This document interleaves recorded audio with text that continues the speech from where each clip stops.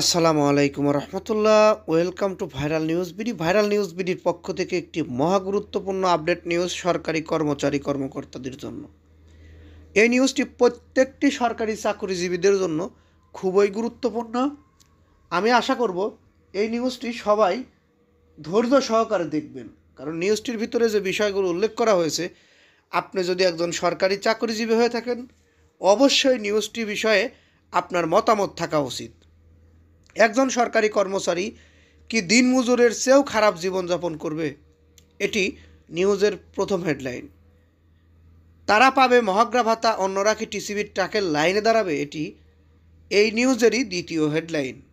কী কারণে এরকম নিউজ প্রকাশিত হলো, এখন শুনুন বিস্তারিত।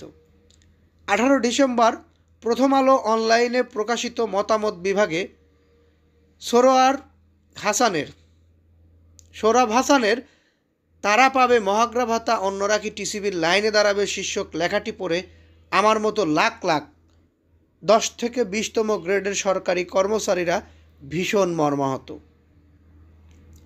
1973 সালে প্রথম পে স্কেল থেকে শুরু করে 2009 সালের পে স্কেল পর্যন্ত সব পে স্কেলেই বার্ষিক বেতন বৃদ্ধির নিয়ম চালু ছিল, তবে তা ছিল একটি নির্দিষ্ট হারে। যেমন 1973 সালে বাৎসরিক বেতন বৃদ্ধির 5, 6, 8, 15, 25, 35, 45, 60 থেকে 70 টাকা হারে। আবার 2009-এ বাৎসরিক বেতন অর্থাৎ 190, 210, 220, 240, 265 টাকা হারে।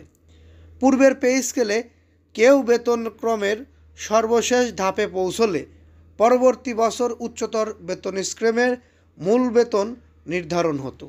একই পদে 8, 12 থেকে 15 বছর চাকরি করলে টাইম স্কেল পাওয়া যেত। এতে সেসব পদে দীর্ঘদিন পদোন্নতি বঞ্চিত থাকলেও আর্থিক সুবিধা পাওয়া যেত। কিন্তু 2015 সালে পে স্কেলে সমসাময়িকভাবে বেতন দ্বিগুণ হলেও দীর্ঘমেয়াদে 10 থেকে 20তম গ্রেডের সরকারি কর্মচারীরা মারাত্মকভাবে আর্থিক ক্ষতির শিকার হয়েছেন।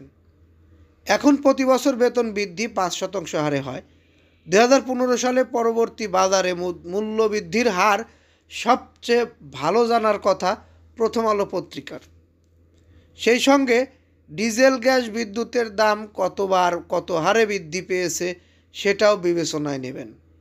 10 থেকে 20 গ্রেডের সরকারি কর্মচারীরা চাকরিজীবীদের জন্য একটি পদোন্নতি পেতে ক্ষেত্র বিশেষে 15, 20 থেকে 25 বছর সময় অতিবাহিত হয়।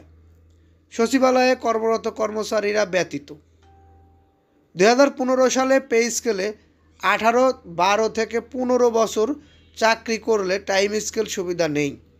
আছে দুটি উচ্চতর গ্রেড যা 10 থেকে 16 বছর একই পদে চাকরি করলে পাওয়া যায়।